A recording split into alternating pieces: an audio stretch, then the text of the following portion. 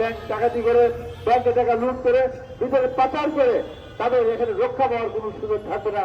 ব্যাংকের পাচারকৃত টাকা উদ্ধার করতে হবে, যারা আবার পাচারের সঙ্গে জড়িত হবে তাদের বিরুদ্ধে ব্যবস্থা গ্রহণ করতে হবে।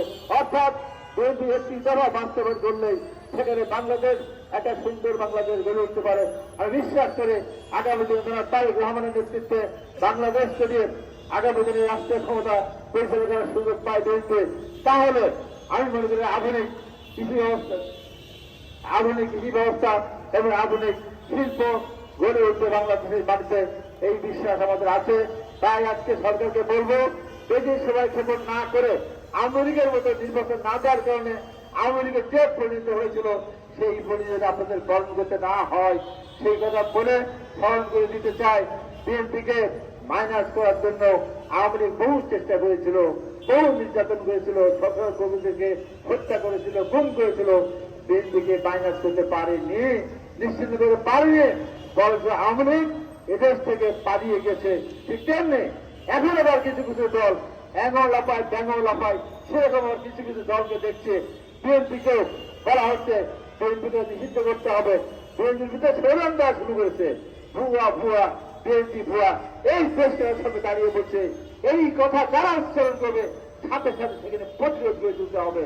বিএনপি ভুয়া, বিএনপি জীবনের বিএনপি যে কষ্ট করেছে, যে নির্যাতন সহ্য করে টিকে আছে পৃথিবীর ইতিহাসে তার মধ্যে দিয়েছে। সবচেয়ে যে কথা বলে এই প্রধানের সরকার পতনের পরে বলা শুরু করেছিল যে নৌকা ধানের শীষ দুই সাপের একই বিষ। আমাদের কোন অত্যাচার নির্যাতন করলো, নৌকা ধানের শীষ এক হলো, নৌকা ধানের শীষ দুই সাপের একই বিষ। আমি বলেছিলাম, আজকে বলতে চাই, এই কথা যে বলবে, এই সরকার যে দিবে, এই জাতীয় প্রেস দাঁড়িয়ে একদিন শহীদুদ্দিন চৌধুরীকে যখন বলা হয়েছিল সে অস্ত্র দিয়ে গুলি করতে গেছিল পুলিশকে, পুলিশ বাধ্য হয়ে জিয়ার ছেড়ে বেরিয়েছিল, যেটা শহীদুদ্দিন চৌধুরী মাথায় এখন সে আঘাতের চিন্তা আছে। তৎকালীন স্বরাষ্ট্রমন্ত্রী বলেছিল, এই প্রেসটা শুনে করেছিলাম, আপনি যদি আপনার আওয়ামী লীগ অবস্থানে বলতেন তাহলে আমি কিছু মনে করতাম না, জাতির বিবেক যাতে প্রেসটার সামনে বললে প্রতিবাদ করতাম। কিন্তু আপনি যেহেতু বরং জাতীয় সংসদ গাড়ি মিথ্যাচার করেছেন, তাই আপনার একমাত্র শাস্তি আপনার জিব্বাটা কেটে কালো কুত্তে দিয়ে খাওয়া যাওয়া। আওয়ামী লীগ যখন ক্ষমতায় 98-এ মানে 88 সালে তখন আওয়ামী লীগের যৌবন, সেই কথা বলেছিলাম, আমাকে তখন অ্যারিস্টটল বলতে পরোয়া করে নাই। ম্যাডাম খালেদা জিয়া কিন্তু যখন আমি জেলখানা থেকে বেড়ে আসার পর যখন আমি চ্যালেঞ্জ করলাম ম্যাডাম খালেদা জিয়া অন্যায়ভাবে সাজা দিয়েছিল যে কথা বলে, আমি কারাগারে গিয়েছিলাম। আমি ওখানে গিয়ে আমাদের কামাল ভাইয়ের কাছে রায় ছিল, সমস্ত রায় তন্ন করে আমি যে চ্যালেঞ্জ করে বলেছিলাম, কেউ যদি বলতে পারে বেগম খালেদা জিয়া এই জীবনটাকে আত্মহত্যা করেছে, আত্মহত্যা করে তার চোরটি দেখেছে ধরেছে, তাহলে সেই লোক প্রমাণ দিয়ে এই মিডিয়া থেকে, এই টেলিভিশন এখান থেকে আমার গর্দাতে কেটে নিয়ে যাক, আমি আপত্তি করবো না।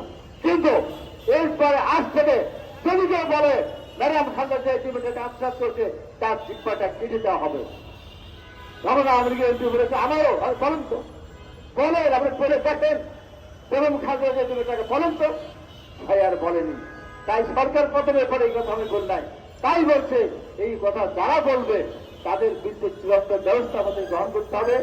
যে বলবে নৌকা ধানের শীষ দুই সাপের একই বিষ, তার জিব্বাটা কেটে কালো কুত্তা দিয়ে খাওয়াবেন, না পারলে লাল কুত্তা দিয়ে খাওয়াবেন। এটা স্পষ্টত মামলা হবে, আমার নামে হবে, যত জায়গায় মামলা হবে সব মামলা আমরা শেষ করবো। এই কথা সহ্য করার মতো না। এত কষ্ট করেছে বিগত সরকারের আমলে সর্বপ্রথম আমাকে সাজা দেওয়া হয়েছিল, পক্ষ থেকে আবার গ্রেপ্তার করা হলো, আমার কতগুলি মামলা হলো, গাড়ি ঘোড়া ভাঙচুর, অগ্নিসংযোগ, সেই মামলা আমাকে সাজা দেওয়া হলো সর্বপ্রথম বিগত সরকারের আমলে, এবং 4 বছরের সাজা নির্বাচন অযোগ্য ঘোষণা করা হলো। আমার কোনো অপরাধ ছিল না, গাড়ি নাম্বার ছিল না, চাষির নাম্বার ছিল না, মালিক ছিল না, সেখানে আমাদেরকে সাজা দেওয়া হয়েছিল। তাই